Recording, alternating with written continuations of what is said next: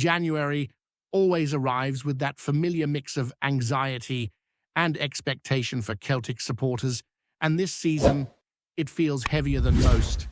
The transfer window is open, the title race is tight, and there is a growing sense among the support that the club stands at a crossroads. Fans are looking at the squad, looking at the league table, and asking whether enough will actually be done to keep Celtic competitive when it matters most. The mood is cautious, even uneasy, because recent history has taught everyone to be wary of big promises and slow actions when reinforcements are desperately needed. That feeling was only reinforced by the quiet departure of Yamada, a move that slipped by with barely a whisper. Loaned out until the end of the season to a German second division side fighting relegation, his exit says far more than any official statement ever could. 12 appearances, no goals, and now a temporary spell elsewhere, all without much ceremony. It is hard to ignore how symbolic this feels. A player arrives, expectations are minimal from the start, opportunities are scarce, and within months he has moved on without ever truly settling or contributing. For many supporters, this is not just about one player leaving, but about what it represents in the wider context of recruitment and planning. There is no need to single out the individual here, because this is bigger than one footballer. Yamada never chose to be the face of a flawed strategy, and there is genuine hope that he finds confidence and form away from Glasgow. But the reality remains that his Celtic career barely had time to exist before it was effectively over. From the moment he arrived, doubts surrounded whether he was of the standard required, and those doubts only grew as weeks passed without impact.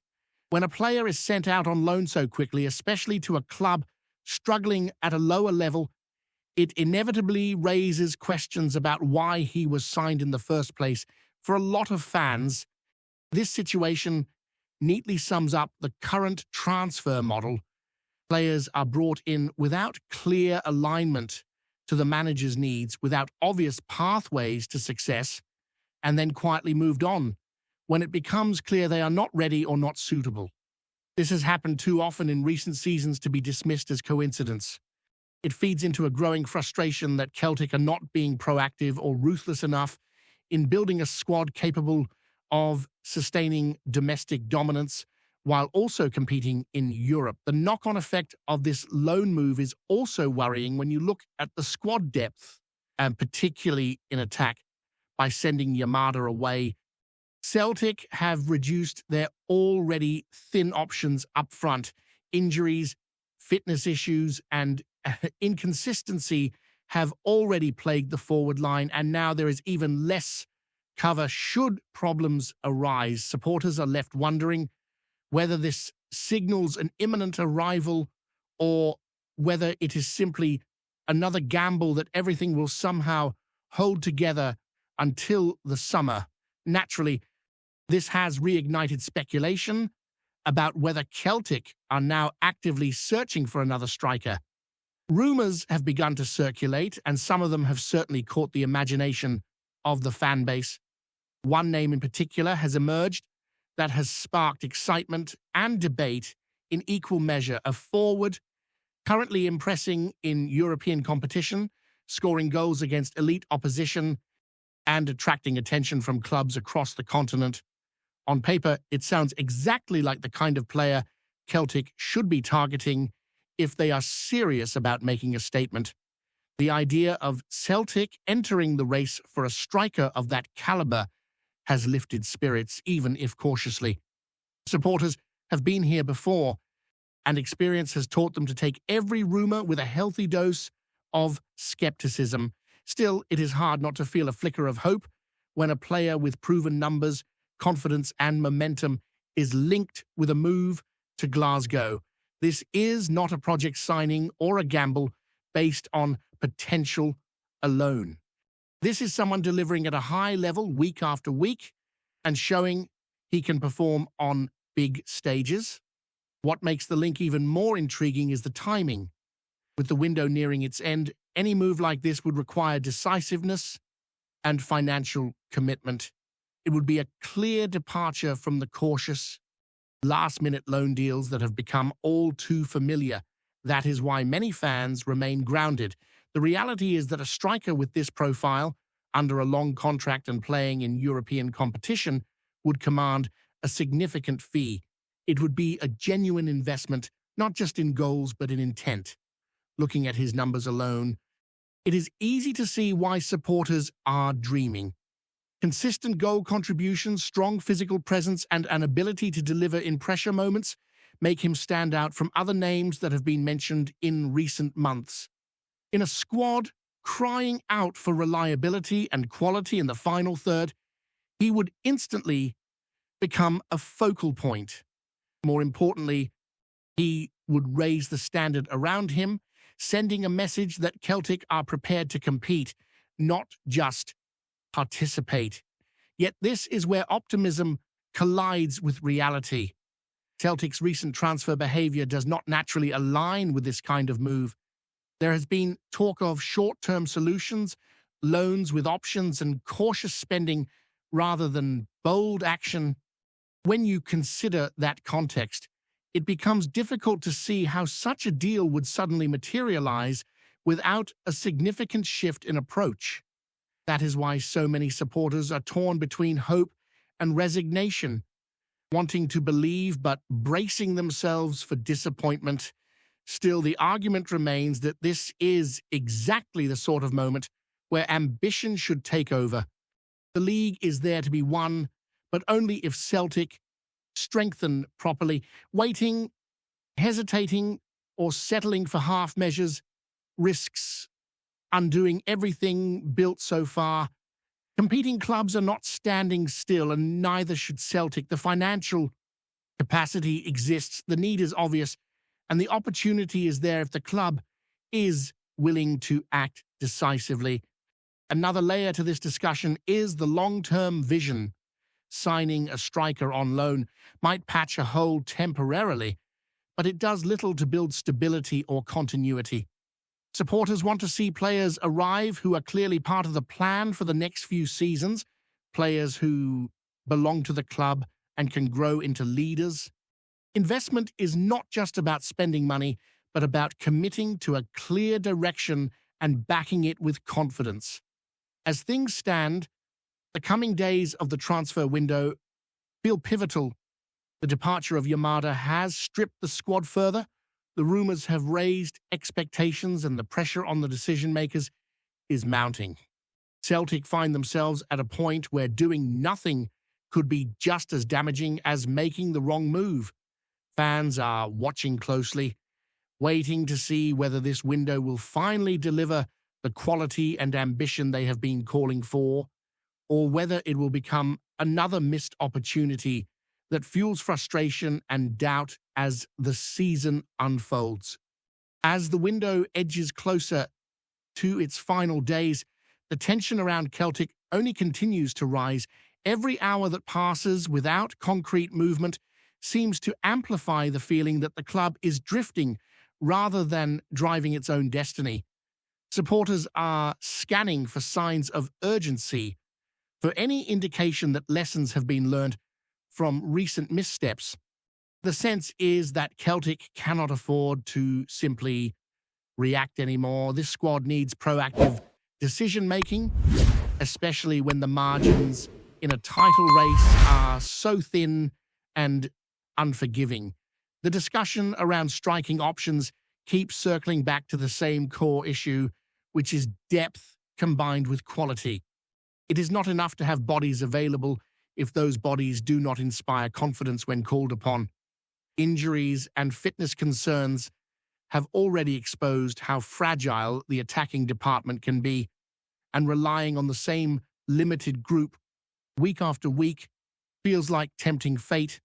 When one forward struggles for form or another misses time, the entire system begins to creak. That is why the idea of adding genuine competition and proven output feels less like a luxury and more like a necessity. What frustrates many within the support is the recurring pattern of hesitation. Opportunities arise, names emerge, and conversations spark optimism, only for the club to step back at the critical moment. This cautious approach may protect the balance sheet, but it often leaves the squad short of what is required on the pitch. Football does not stand still, and rivals are more than happy to capitalize when ambition wavers. Celtic's history is built on dominance and confidence, yet too often, recently, the strategy feels reactive rather than assertive. The potential arrival of a high-caliber striker would represent more than just goals. It would symbolize belief in the project and trust in the squad's ability to push forward. Players respond to statements of intent. When quality comes through the door, standards rise, training sharpens, and belief spreads. It sends a message that the club expects success now, not at some undefined point in the future. That kind of psychological boost can be just as valuable as tactical improvement. There is also the European dimension to consider. Celtic's ambitions are not confined to domestic football, and yet too often the squad appears built solely to scrape through at home rather than compete abroad. Signing players who are already accustomed to European intensity, who have delivered against strong opposition, narrows that gap. It reduces the sense of stepping up into the unknown and replaces it with confidence rooted in experience. That is exactly what supporters crave when they talk about smarter recruitment. Of course, every signing carries risk, and no transfer comes with guarantees. Football history is littered with expensive moves that failed to deliver, but avoiding risk altogether carries its own danger. Standing still, trusting that things will somehow work out, can be just as costly. The fear of getting it wrong should not outweigh the ambition to get it right. At some point, a club of Celtic stature has to back itself and accept that progress requires calculated boldness. Another aspect that continues to nag at the fan base is the lack of cohesion between recruitment and management. When players arrive who do not clearly fit the system or the manager's vision, it creates friction from the outset. Minutes become scarce, confidence drops, and exits follow quickly. This cycle benefits no one. It wastes resources, disrupts continuity, and leaves the squad in a constant state of transition. Breaking that cycle demands alignment and clarity, not just in words, but in action. The current window feels like a test of that alignment. Choices made now will echo through the remainder of the season and beyond. Bringing in someone purely to make up numbers would only deepen existing concerns. What is required is someone who elevates the group, someone who can be relied upon when pressure mounts and games tighten. Those are the moments when titles are decided, and those are the moments Celtic must prepare for properly. And supporters understand that negotiations are complex and that competition exists. Clubs across Europe are watching the same players, assessing the same data, and weighing the same risks. But Celtic are not without advantages. The pull of the club, the atmosphere, the history, and the platform it offers remain powerful when leveraged correctly. Those factors should allow Celtic to compete strongly in the market, even against clubs from larger leagues. What fans want to see now is conviction, not endless monitoring, not vague interest, but decisive movement, whether that means pushing hard for a marquee signing or identifying a different option who still meets the required standard. The key is action with purpose. The squad does not need cosmetic changes. It needs reinforcement that makes an immediate difference. As the days tick down, patience within the support is wearing thin. The memory of previous windows lingers, shaping expectations and fears in equal measure. There is still time to change the narrative, to turn uncertainty into belief. But that window of opportunity is shrinking fast, and hesitation now could define the season in ways no one at the club can afford. The next moves, or lack thereof, will speak louder than any assurances ever could, and they will reveal whether Celtic are truly ready to push forward or content to tread water while the pressure continues to build. Before we proceed, subscribe to our channel and enable notifications to receive all exclusive news about Celtic FC. Don't miss any details about your favorite team. It's extremely important for Celtic FC fans. Whispers have been growing louder around Parkhead, and the noise is now impossible to ignore. Celtic are said to be circling Aaron Hickey in what could become one of the most intriguing moves of the campaign. Nothing has been signed, nothing has been announced, but inside the Scottish fit bar bubble, the feeling is that something big is stirring.